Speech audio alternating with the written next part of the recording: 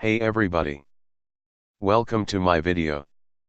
It appears Nvidia has finally fired the first shot in the new looming GPU wars, with the new monster of a graphic card they had announced on Monday.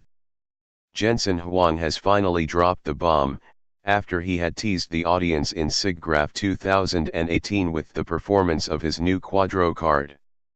Like a typical salesman, he knows the real deal in starting the hype engine.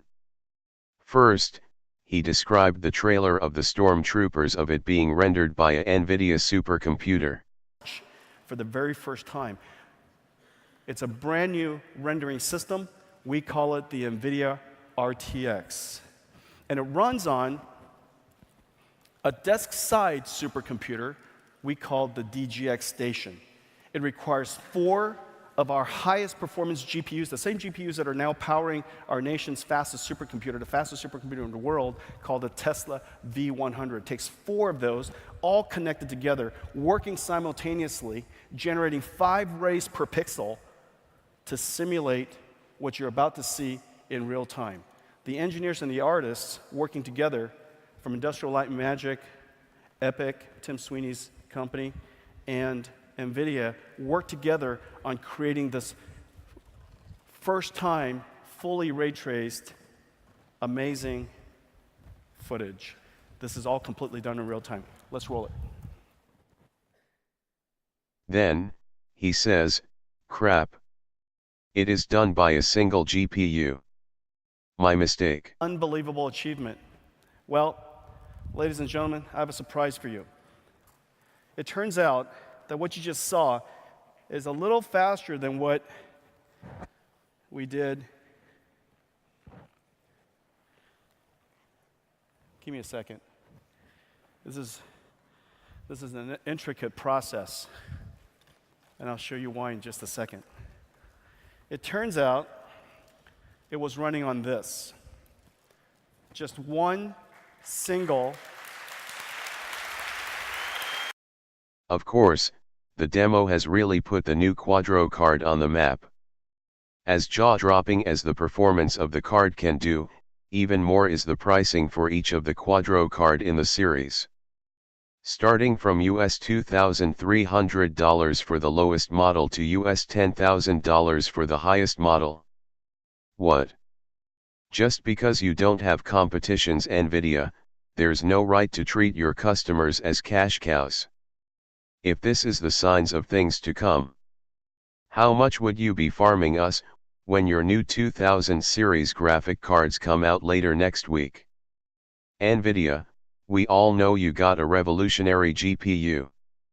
The Turing GPU architecture is an absolutely revolutionary monster. Just a measure of its performance, the Quadro has 16 teraflops. The GeForce 1080 has 9 teraflops and the GeForce 1080 Ti has 11.3 teraflops. It is like comparing a Mach 2 interceptor, a single-engine biplane and a dual-engine bomber from the wars. Here is more details of the new Turing GPU, versus its predecessor, the Pascal. The new Turing GPU, is the greatest leap since 2006 when we introduced CUDA. This fundamentally changes how computer graphics is going to be done. It's a step function in realism. These are our goals, to make sure that whatever images are generated is dramatically different than what was possible before.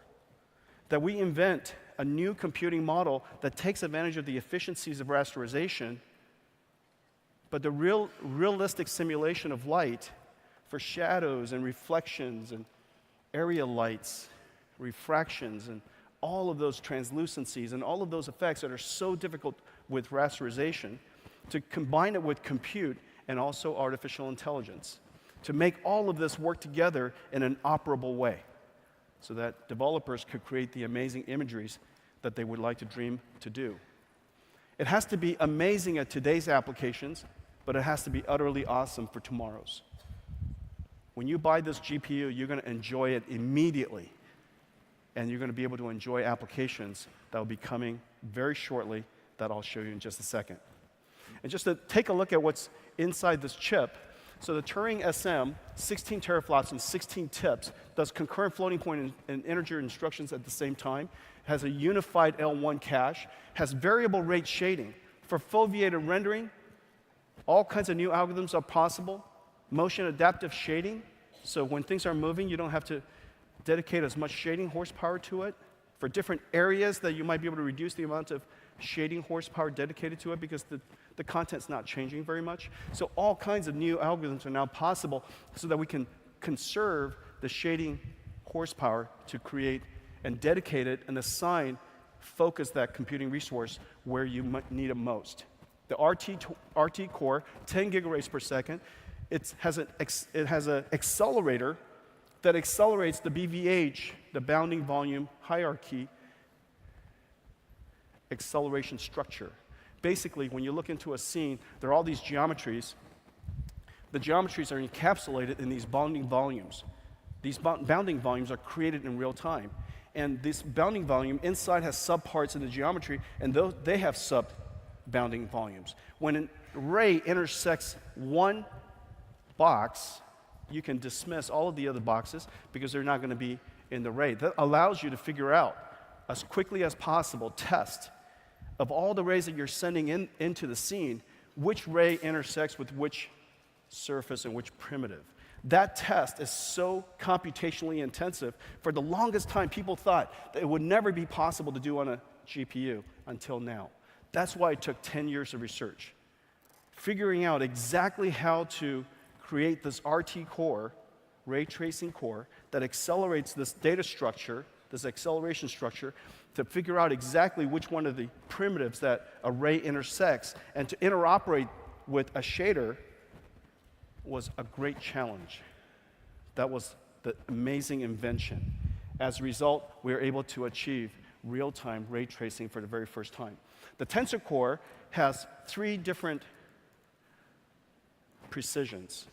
FP16, well, of course, it has FP32. It has 120 teraflops, 25 teraflops of FP16, 250 tops of int8, and 500 tops of int4. If you need precision, use FP16, 10 times the performance of Pascal. If you need less precision, use int4, 10 times what was possible with Pascal. Incredible.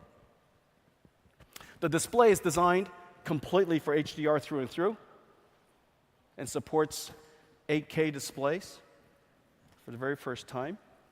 Video is designed to be able to encode 8K and to do so with the highest level of quality, reducing your bit rate. So if we wanted to stream graphics or remote graphics from far away, we could do so incredibly well for the very first time. And has this NVLink that connects multiple GPUs so that the frame buffer is essentially additive.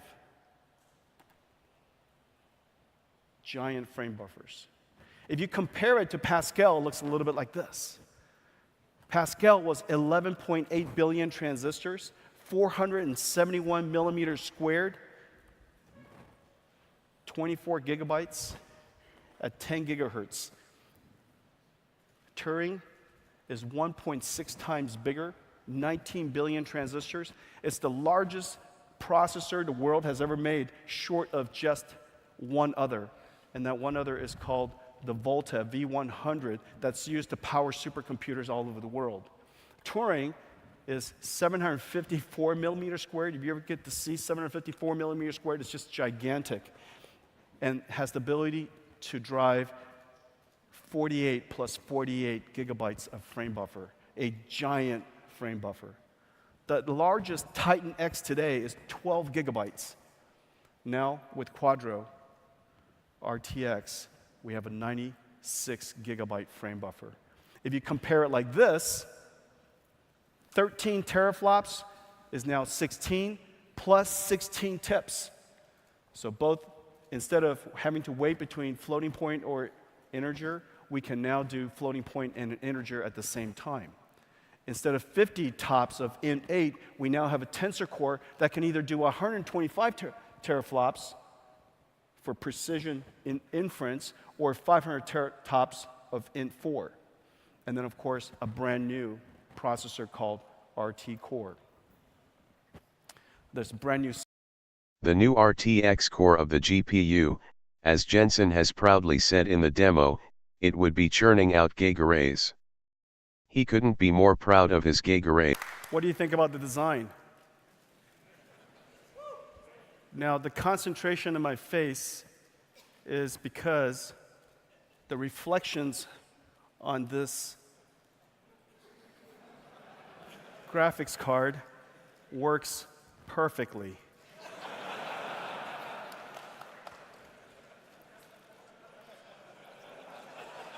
It obeys the laws of physics. Tell me that's not beautiful. It obeys the...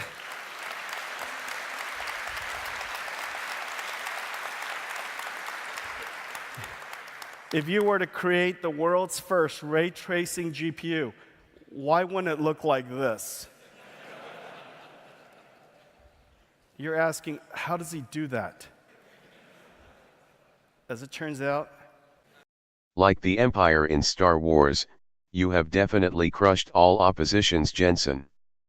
With AMD is now a joke in the GPU business and struggling to keep its head above waters. Nvidia is now planning to torpedo AMD for good and become the god in the GPU business. Go Jensen, milk us for every dollar with your cards. Prepare to have deep pockets and pray, if you are buying Nvidia's new coming graphic cards. That is all folks. If you like my video, please subscribe.